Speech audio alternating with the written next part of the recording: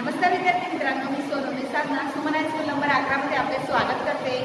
आपल्याला इयत्ता 10वीचं नवीन प्रकरण सुरू करायचे आहे। प्रकरण नंबर 4, भारताचा साहित्यिक वारसा।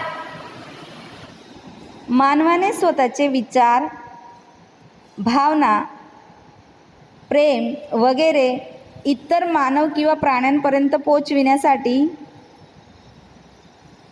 कित्येक हावभाव, संकेत किंवा चित्रांचा आश्रय घेतला आणि कित्येक ध्वनी केले। त्यामधून बोली आणि लिपीचा उद्भव झाला।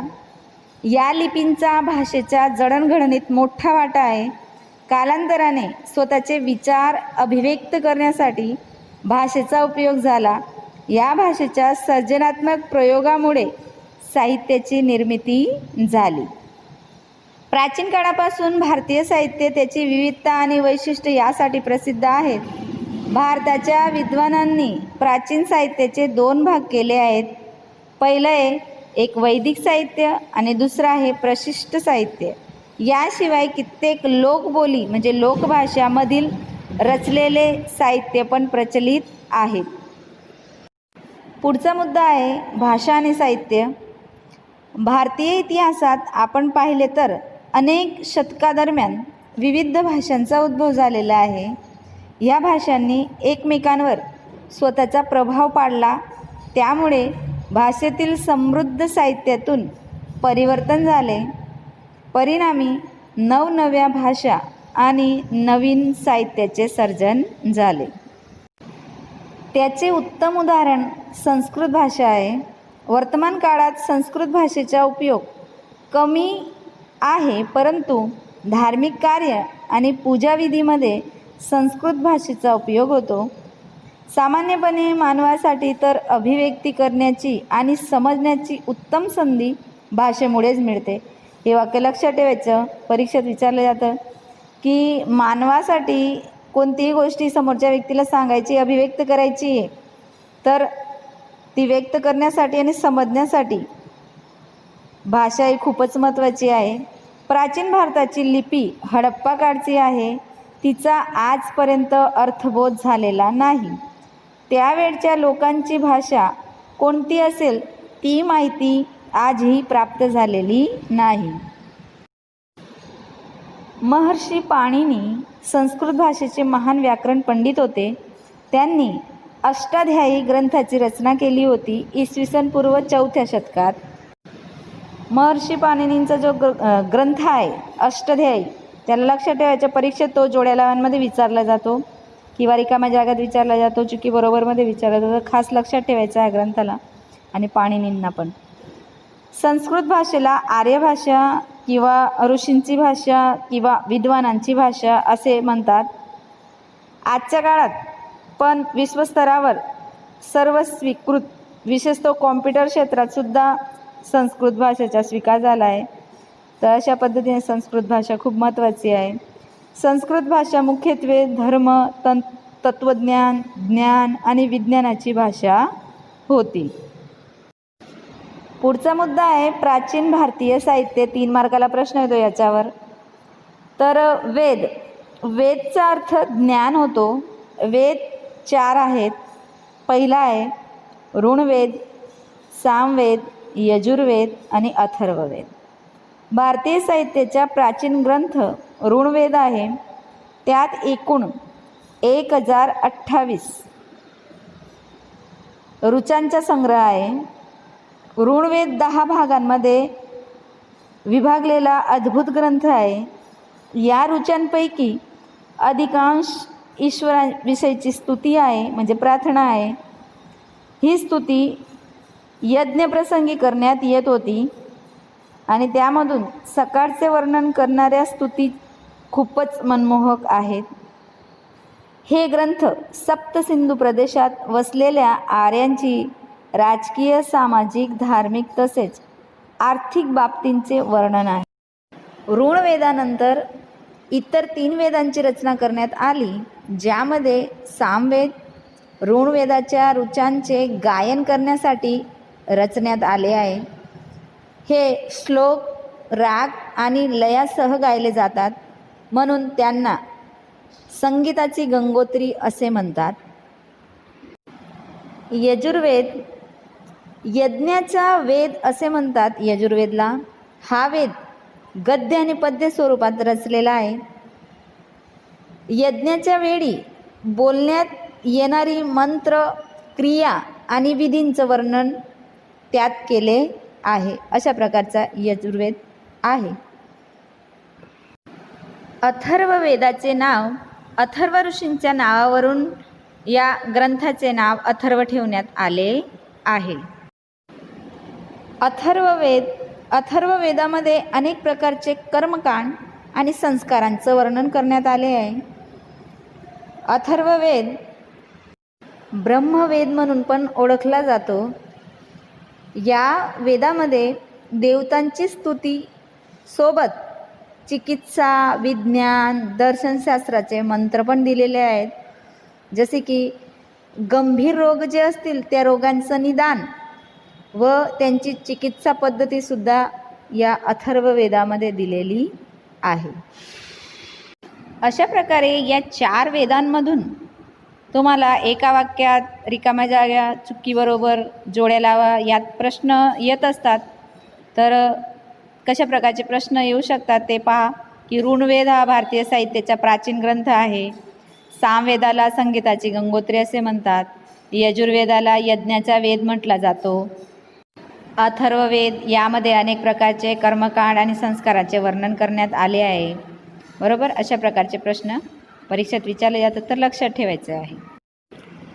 उपनिषद साहित्यात ब्रह्मांडाचा आरंभ, जीवन, मृत्यू, भौतिक आणि आध्यात्मिक जग, ज्ञान, प्रकृती आणि इतर अनेक दार्शनिक प्रश्नांचे विवेचन करण्यात आले आहे.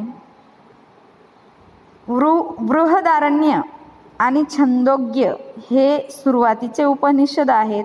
या दोघांना लक्षात ठेवायचे आहे की सुरुवातीचे उपनिषद कोणते आहेत. त्यानंतर हे उपनिषद संवादांच्या स्वरूपात आहेत. मुक्तिक उपनिषदात त्यांची संख्या 108 दर्शवितात. म्हणजेच मुक्तिक या उपनिषदात 108 उपनिषदांची नावांची यादी दिलेली आहे. पुढचा मुद्दा आहे ब्राह्मण ग्रंथ. वेदांच्या मंत्रांचा अर्थ समजण्यासाठी त्यावर पदस्वरूपात रचलेल्या टीकांचा ब्राह्मण ग्रंथात समावेश होतो. टीका म्हणजेच की आपण कोणतेही एक पुस्तक वाचतो दुसऱ्याने लिहिलेलं आणि त्या पुस्तकात काही गोष्टी चांगल्या वाटतात आपल्याला आणि काही गोष्टी खराब वाटतात, वाईट वाटतात, म्हणजे चुकीच्या वाटतात. तर त्या गोष्टींना सुधारून आपण त्यावर मार्गदर्शन करतो किंवा त्यात सुधारणा करतो. तर त्या प्रकारच्या सुधारणेला टीका असे म्हणतात. त्यात वेगवेगळे यज्ञ आणि त्या संदर्भातील विधींसाठीचे मार्गदर्शन पण देण्यात आले आहे ब्राह्मण ग्रंथामध्ये. आरण्यके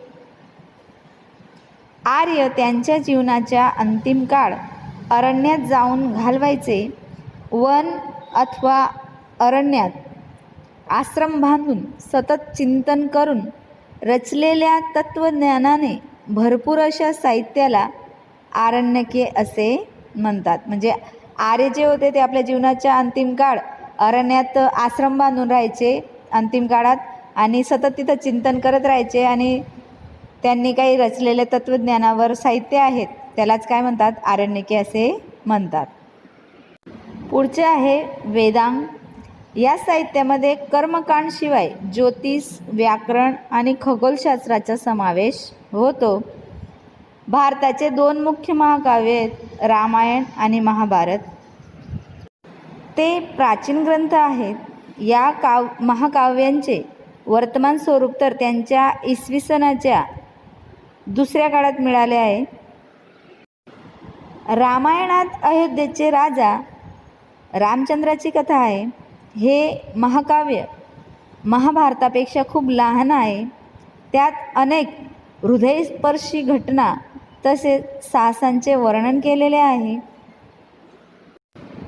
महाभारतात जवळजवळ 1 लाख श्लोक आहेत. तो विश्वातील सर्वात मोठा काव्यग्रंथ आहे. पांडव आणि कौरवामधील झालेले युद्ध त्याचा मुख्य विषय आहे. असे असूनही त्यात लहान मोठ्या गोष्टी आहेत. महाभारताच्या श्रीमद भगवद्गीता मध्ये गहन दार्शनिक सिद्धांताचे विवेचन केले आहे. त्यात मोक्षप्राप्तीचे 3 मार्ग ज्ञान, कर्म आणि भक्ती मार्गाचे पण विवेचन केलेले आहे. हा प्रश्न परीक्षेत विचारला जातो की मोक्षप्राप्तीचे 3 मार्ग याच्यात एक कोणतंही दिलेलं नसेल आणि ओळखायला लावतात की तिघांपैकी कोणतं आहे बा ज्ञानप्राप्तीचं मार्ग किंवा कोणतं नाही. तर अशा प्रकारे प्रश्न विचारला जातो परीक्षेत. तर हे लक्षात ठेवजा, मोक्षप्राप्तीचे 3 मार्ग ज्ञान, कर्म आणि भक्ती.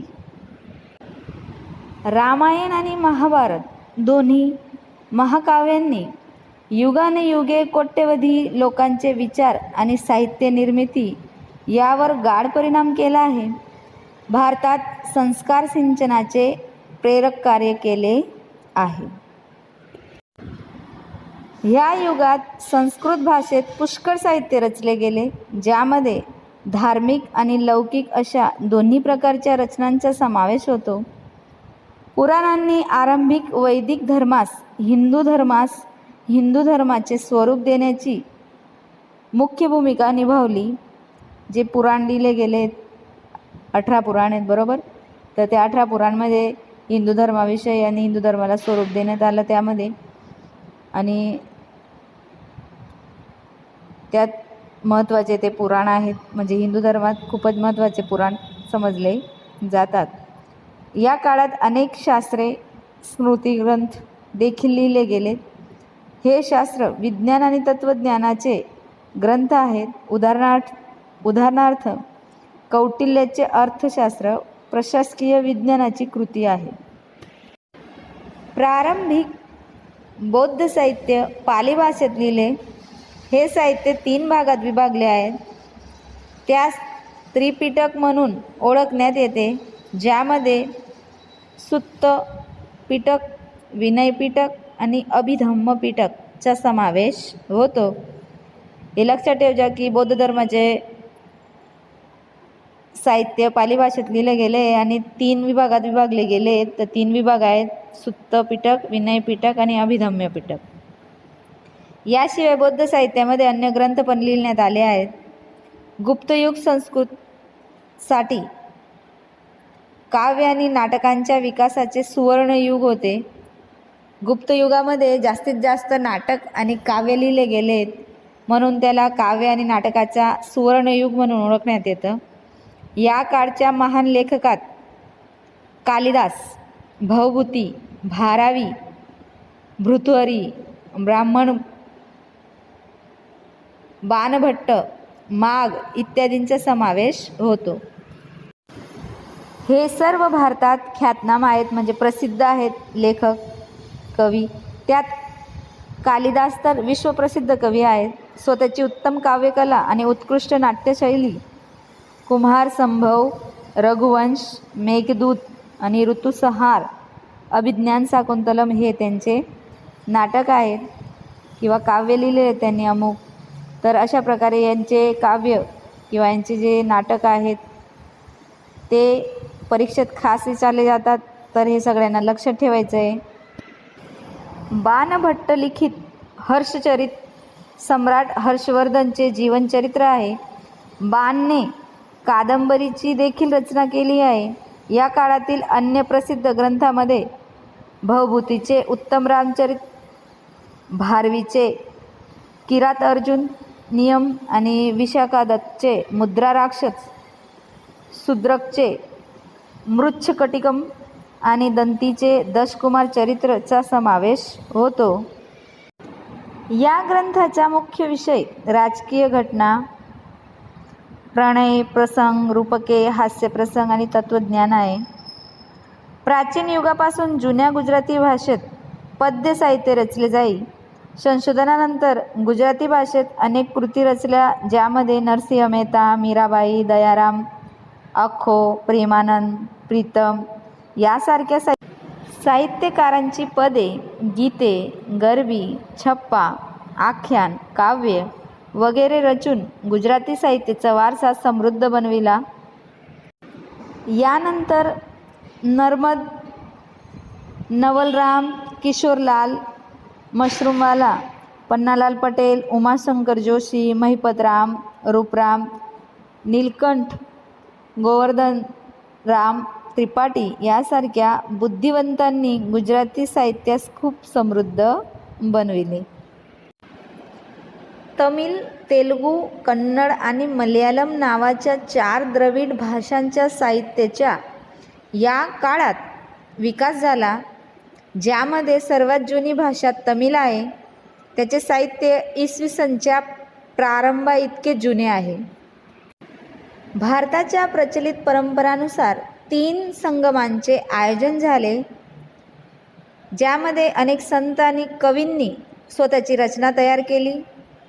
संगम साहित्याचे अनेक विषय आहेत, जसे की राजनीती, युद्ध, प्रेम, प्रसंग वगैरे. या साहित्याचा प्रसिद्ध ग्रंथ एत्तू थोकई 8 काव्यांचे संकलन आहे.